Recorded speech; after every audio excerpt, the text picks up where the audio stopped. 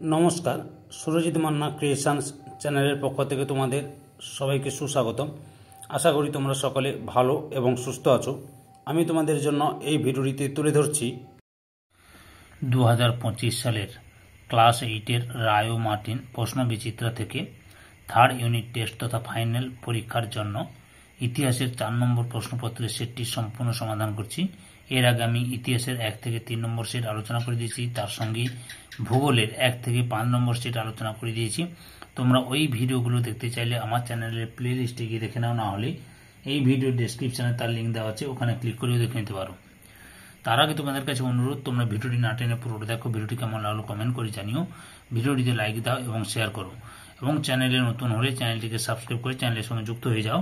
কারণ তোমরা আমার এই চ্যানেলের মাধ্যমে ক্লাস 8-এর রায় ও মার্টিন প্রশ্নবিচিত্রা থেকে 2025 সালের ফাইনাল পরীক্ষা তথা থার্ড ইউনিট টেস্টের জন্য যে সমস্ত বিষয়ের সমাধান পাবে সেগুলো হলো বাংলা, ইতিহাস, ভূগোল এবং পরিবেশ ও বিজ্ঞান। এই ভিডিওটিতে ইতিহাসের 4 নম্বর প্রশ্নপত্রের সেটটি আলোচনা করছি, তোমরা পুরো ভিডিওটি লক্ষ্য করো। 283 নম্বর পেজের 4 number model school Itahara high school HS. একের দাগে সঠিক উত্তরটি বেছে নিয়ে লেখো। প্রথমেই রয়েছে, ভারতীয় ইস্ট ইন্ডিয়া কোম্পানির প্রথম গভর্নর জেনারেল ছিলেন অপশান বিতে লর্ড ওয়ারেন হেস্টিংস। 2 নম্বরে উইলিয়াম জোন্স 1784 খ্রিস্টাব্দে কলকাতায় প্রতিষ্ঠা করেন অপশান এতে এশিয়াটিক সোসাইটি। 3 নম্বরে বাংলার নদীপথগুলি জরিপ করেছিলেন অপশান ডিতে জেমস রেনেল। 4 নম্বরে সতীদাহ রোধ আইন পাশ করেন অপশান বিতে উইলিয়াম বেন্টিং। 5 নম্বরে হুল শব্দের অর্থ হল অপশান সিতে বিদ্রোহ।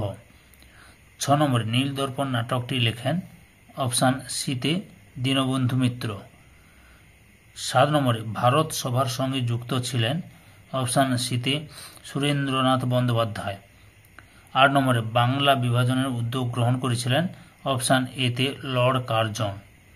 9 নম্বরে তাম্রলিপ্ত জাতীয় সরকার গঠিত হয় অপশান ডিতে সতীশচন্দ্র সামন্তের নেতৃত্বে।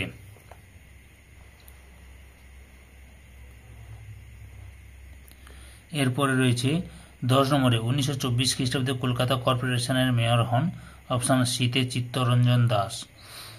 11 নম্বরে আলিগড় আন্দোলনের নেতৃত্ব দেন অপশান এতে স্যার সৈয়দ আহমদ।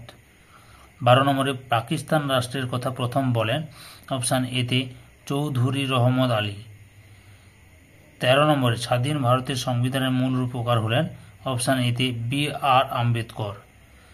তারপরে 14 নম্বরে আধুনিক ভারতের সবথেকে বড় কৃষক আন্দোলন সংগঠিত হয়েছিল অপশান বিতে তেলেঙ্গানায়। 2 দাগের নির্দেশ অনুসারে নিচের প্রশ্নগুলির উত্তর দাও। নিচের প্রশ্নগুলির পূর্ণ বাক্যে উত্তর দাও, যে কোনো 3টি। প্রথমে চিরস্থায়ী বন্দোবস্ত 1793 খ্রিস্টাব্দে কে চালু করেন? উত্তরে লর্ড কর্নওয়ালিস। 2 নম্বরে অনুশীলন সমিতি কে প্রতিষ্ঠা করেন?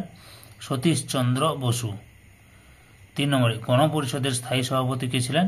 ডক্টর রাজেন্দ্র প্রসাদ। 6 নম্বরে কোন দিনটি সিঙ্গুর দিবস হিসেবে পালিত হয়? 14ই সেপ্টেম্বর। 5 নম্বরে কোন পত্রিকা বাংলায় বিপ্লবী আন্দোলনের মুখপত্র ছিল? যুগান্তর। এবার কস্তমের সঙ্গে খস্তম মেলাও, উত্তরটি লক্ষ্য করো। ঈশ্বরচন্দ্র বিদ্যাসাগর, বিধবা পুনর্বিবাহ, তিতুমির, বারাসাত বিদ্রোহ, বিরসা মুন্ডা, মুন্ডা উলগুলান, বিনয় বসু, অলিন্দ অভিযান, এ.কে. ফজলুল হক, কৃষক প্রজা পার্টি। ঠিক না ভুল যে কোনো দুটি লেখো। 11 নম্বরে পঞ্চায়েত ব্যবস্থায় 4টি স্তর আছে, ভুল। কটি স্তর আছে? 3টি স্তর আছে। 12 নম্বর 19 শতকে হিন্দুদের তুলনায় মুসলমানরা শিক্ষা, চাকরি ইত্যাদি ক্ষেত্রে পিছিয়ে ছিল, ঠিক। 13 নম্বরে নরমপন্থীরা চরমপন্থীদের কার্যকলাপকে 3 দিনের তামাশা বলতেন, ঠিক। এরপর শূন্যস্থান পূরণ করো। 14 নম্বরে রাজ্যসভার অধিবেশনে সভাপতিত্ব করেন ড্যাশ, উপরাষ্ট্রপতি। 15 নম্বরে চৌরি চৌরার ঘটনার পর গান্ধীজি ড্যাশ আন্দোলন প্রত্যাহার করেন, অসহযোগ আন্দোলন প্রত্যাহার করেন। 16 নম্বরে ড্যাশকে অর্ধনগ্ন ফকির বলা হয়? মহাত্মা গান্ধীকে। 17 নম্বরে জাতীয় শিক্ষা পরিষদ গঠিত হয় ড্যাশ খ্রিস্টাব্দে 1906 খ্রিস্টাব্দে।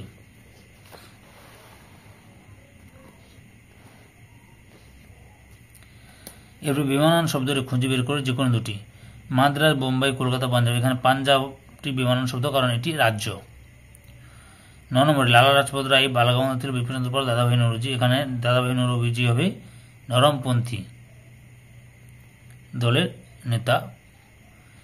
20 নম্বরে রাষ্ট্রপতি, উপরাষ্ট্রপতি, প্রধানমন্ত্রী, রাজ্যপাল। এখানে রাজ্যপাল হবে, রাজ্যপাল কেন্দ্রীয় সরকারের নয় বা কেন্দ্রীয় কেন্দ্রের অংশ নয়। এরপরে উত্তরটি লক্ষ্য করো, প্রশ্নটি লক্ষ্য করো। 3 দাগে নিচের প্রশ্নগুলি 2-3টি বাক্যে উত্তর দেয় যে কোনো 6টি। একে হচ্ছে কে কবে ক্যালকাটা স্কুল বুক সোসাইটি প্রতিষ্ঠা করেন? উত্তরটি লক্ষ্য করো।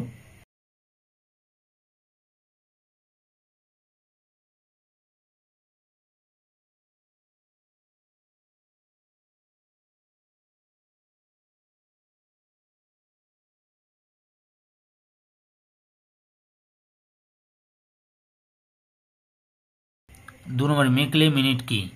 উত্তরটি দেখো, এখান থেকে শুরু করে এতটা পর্যন্ত লিখবে।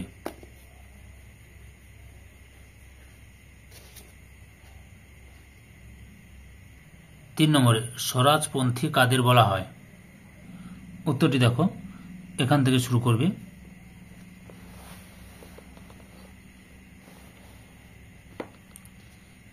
এতটা পর্যন্ত লিখবে।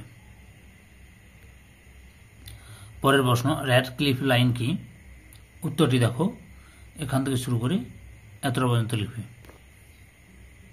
পরের প্রশ্ন, পণ্ডিতা রমাবাঈ কে ছিলেন? উত্তরটি দেখো, এখান থেকে শুরু করবে, পরপর দেখে নাও, এতটা পর্যন্ত লিখবে। পরের প্রশ্ন, কাকে কেন সীমান্ত গান্ধী বলা হয়? উত্তরটি দেখো, এখান থেকে শুরু করে এতটা পর্যন্ত লিখবে। 7 নম্বরে রাওলাট আইন কি? উত্তরটি দেখো, তোমরা এখান থেকে শুরু করবে, এতটা পর্যন্ত লিখবে। 8 নম্বর প্রশ্ন, সংবিধান কাকে বলে? উত্তরটি দেখো, এখান থেকে শুরু করে এতটা পর্যন্ত লিখবে। 9 নম্বরে ভারতের সংবিধানের ধর্মনিরপেক্ষ শব্দটির তাৎপর্য কি? এখান থেকে শুরু করবে,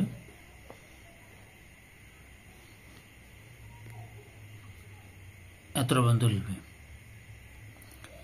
4-5টি বাক্যে যে কোনো 5টি প্রশ্নের উত্তর দাও। প্রথমে রয়েছে সাঁওতাল হুল বা বিদ্রোহের যে কোনো 3টি কারণ লেখো।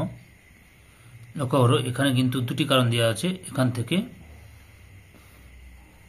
এই যে মহাজনদের শোষণ আর সরকারি কর্মচারীদের অত্যাচার, 2টি কারণ দেওয়া আছে।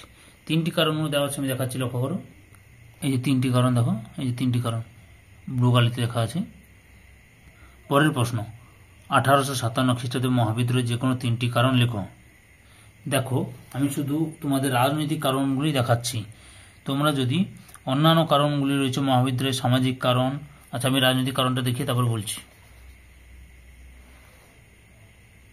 3টি পয়েন্ট অবশ্যই পাবে। এই যে কোম্পানির সাম্রাজ্যবাদী নীতি, নাগপুর লুণ্ঠন, অযোধ্যা গ্রাসী অসন্তোষ, কর্মচ্যুত দেশীয় কর্মচারীদের ক্ষোভ, আন্দোলন ও বিদ্রোহ। আচ্ছা, আমি তোমাদের রাজনৈতিক কারণের 4টি কারণ দেখালাম। এছাড়াও মহাবিদ্রোহের সামাজিক কারণ রয়েছে। তারপর সামাজিক কারণগুলো তোমরা, আমি শুধু পেজ নাম্বার বলেছি, 155 নম্বর পেজের 32 নম্বর প্রশ্নটি লক্ষ্য করো, প্রশ্ন উত্তরটি লক্ষ্য করো। তারপরে রয়েছে 156 নম্বর পেজের 33 নম্বর প্রশ্নের উত্তরটিও লক্ষ্য করো। এখানেও যে কোনো 3টি কারণ দিতে পারো, অথবা 156 নম্বর পেজের 34 নম্বর প্রশ্নের উত্তরটিও, এখানেও মহাবিদ্রোহের সামরিক কারণের মধ্যে 5টি কারণ রয়েছে, এটাও দিতে পারো। বুঝতে পেরেছ? এই বিদ্রোহগুলো দিতে পারো তোমরা, যে কোনো 4টি দেখালাম, যে কোনো একটি কারণের মধ্যে পয়েন্টগুলো লিখে দেখাবে। 3 নম্বর রয়েছে ভারতের চরমপন্থী রাজনীতির উদ্ভবে যে কোনো 3টি কারণ লেখো।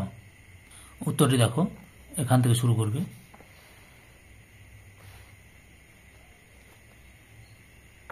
পরপর দেখলাম উত্তরটি।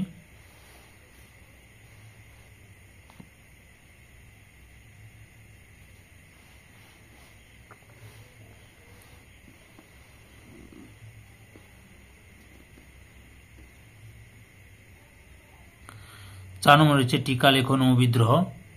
উত্তরটি দেখো, এখান থেকে শুরু করবে। একটু প্রশ্নের উত্তরটি বড় রয়েছে, 3 মার্কের তুলনায় বড় রয়েছে।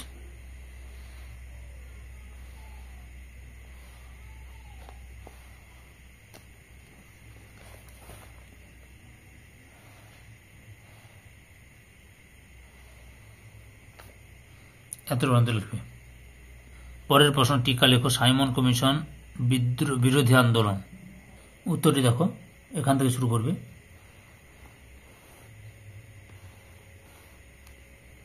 এত পর্যন্ত লিখবে। পরের প্রশ্ন, টিকা লেখো মাস্টার দা সূর্য সেন। এখান থেকে শুরু করো। পরপর উত্তরটি দেখো।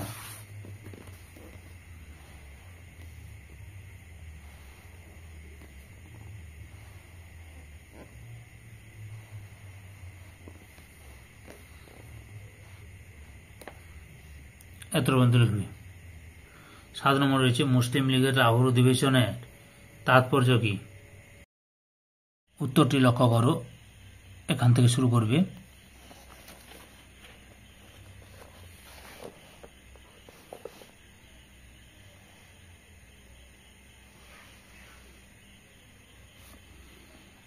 এত পর্যন্ত লিখবে।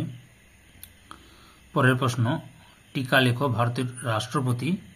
উত্তরটি দেখো, এখান থেকে শুরু করবে।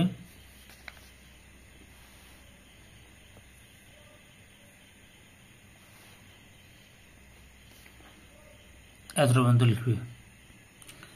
5-এর দাগে 8-10টি বাক্যে যে কোনো 3টি প্রশ্নের উত্তর দাও। প্রথমে হচ্ছে ধর্ম ও সমাজ সংস্কারে রাজা রামমোহন রায়ের ভূমিকা আলোচনা করো। উত্তরটি লক্ষ্য করো, এখান থেকে শুরু করবে।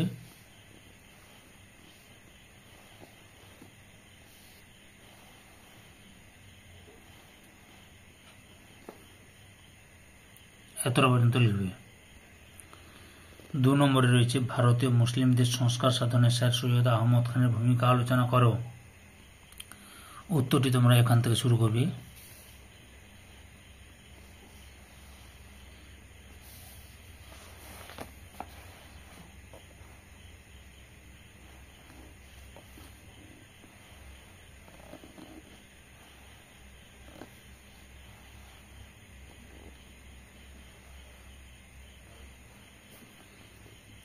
এতটা পর্যন্ত লিখবে।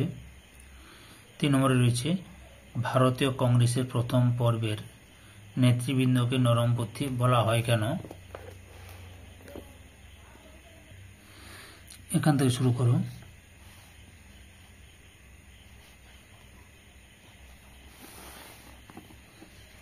পরপর দেখে নাও।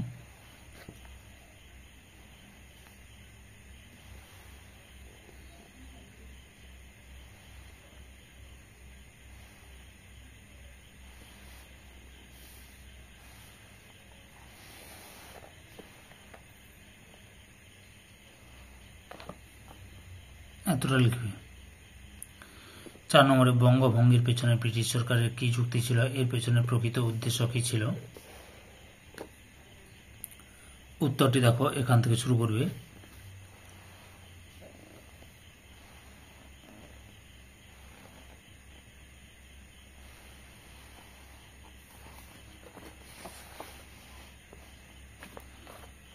এতটা পর্যন্ত লিখবে। এই ভিডিওর লাস্ট প্রশ্ন, ভারতের মুক্তি সংগ্রামে আজাদ হিন্দ ফৌজের অবদান লেখো। উত্তরটি দেখো, এখান থেকে শুরু করবে।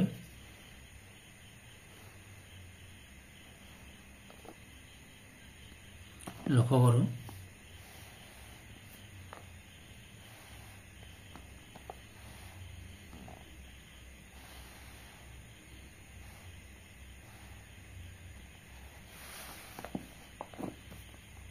এত পর্যন্ত লিখবে।